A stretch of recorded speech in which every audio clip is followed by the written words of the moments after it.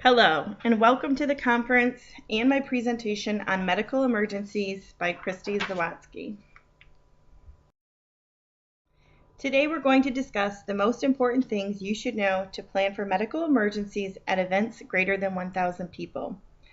Topics that are going to be covered are medical emergencies and what can happen, risk management related to emergency medical services, the risks and consequences, challenges posted at events for medical personnel, what are the chances, a sample event that had an emergency take place, whose fault was it and what was the outcome, and some further recommendations.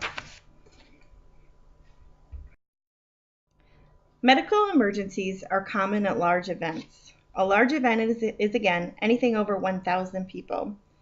Any event of this caliber needs to be equipped to handle any scenario.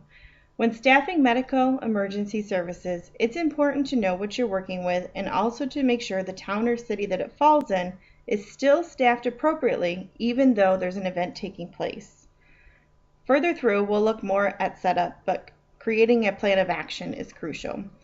There are a lot of reasons medical attention can be needed, but a few of the most common are slips, trips, and falls, weather-related injuries such as sunburn, heat stroke, flying debris, freezing cold air, wind, snow, heart conditions, diabetes, fighting or shooting, or even burns. When generating your emergency response plan, you want to cover all of your bases. First, what is the layout and coverage area that you're working with? How many people are you anticipating? How many EMS personnel are available? And what is Plan B if they are not? Or even worse, a major event breaks out and you require additional services. This needs to be in your plan. Money available budgeting-wise is important to know, and what types of services you will require need to be determined as well. Your emergency plan needs to answer all of these questions. Each piece of information is important in ensuring you are covered when the event kicks off. Who's in charge? The budget? What supplies will be needed? Will others surrounding police or fire services be assisting with the event? Is this a repeat event with historical data? This is the best statistical information, but if not, compare your event to a similar one. Preparing for your event means knowing all of the details. How many hours or days makes a big difference. Who are your attendees and what psychographics are we working with? Complete a full layout walk to identify any possible physical barriers and mitigate these as much as possible. And lastly, determine where medical service stations are going to be set up. How many are needed and where or how can we make those most accessible as possible? Medical emergencies put your organization, vendors, attendees, and performers at risk. Guests can become ill, be injured for a variety of reasons, or even pass away. The consequences are painful and can include bad publicity and even lawsuits. This can place an end to future events and even the company or organization altogether. Proper insurances are always necessary. During events, EMS faces numerous challenges. The first is reaching the person that needs attention. Crowds can make it very difficult to move around or get through, for the guests too. If the injured needs further evacuation, including ambulance services, the slowing moves on with traffic and weather. Depending on the problem, oftentimes there are limited on-site supplies to assist and a hospital is needed. What are the chances that your event will have a need for emergency services? Well, about 1.59% of attendees are seen for medical issues during an event. Therefore, the likelihood is certainly present. One paramedic is recommended to be on site for every 4,000 guests. It is not uncommon at a large venue to have 4 present.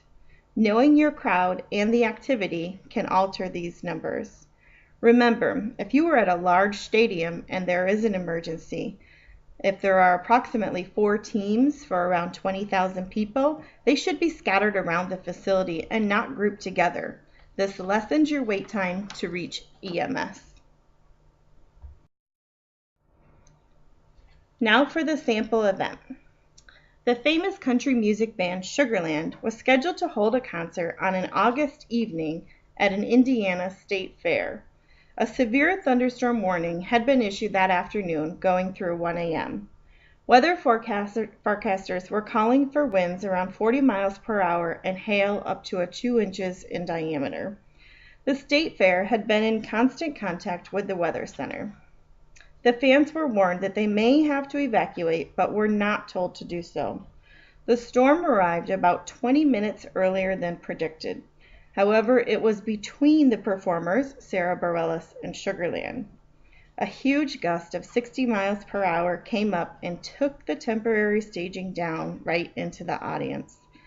7 people died and more than 100 were injured.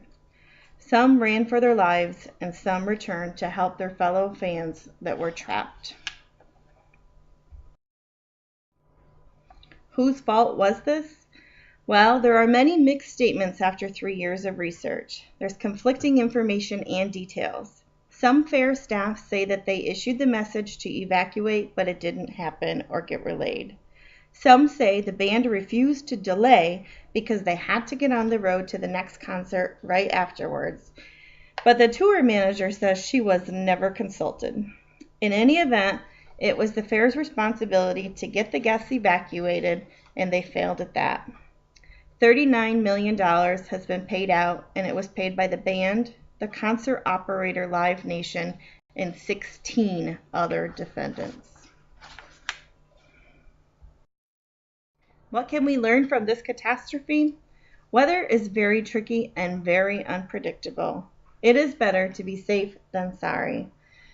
If this high of a chance of a severe storm came in, organizers needed to force an evacuation and move quickly to mitigate the risk.